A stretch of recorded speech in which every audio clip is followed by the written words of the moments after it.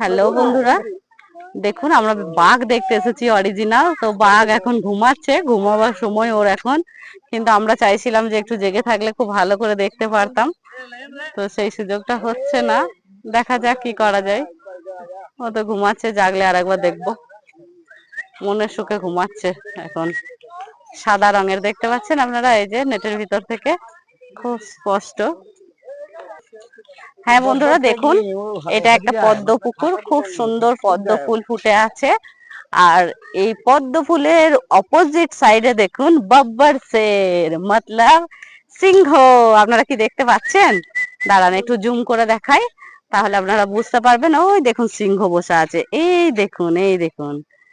ও মাই God, हाँ ये सही है एकदम। দেখুন সিংহ বসে আছে।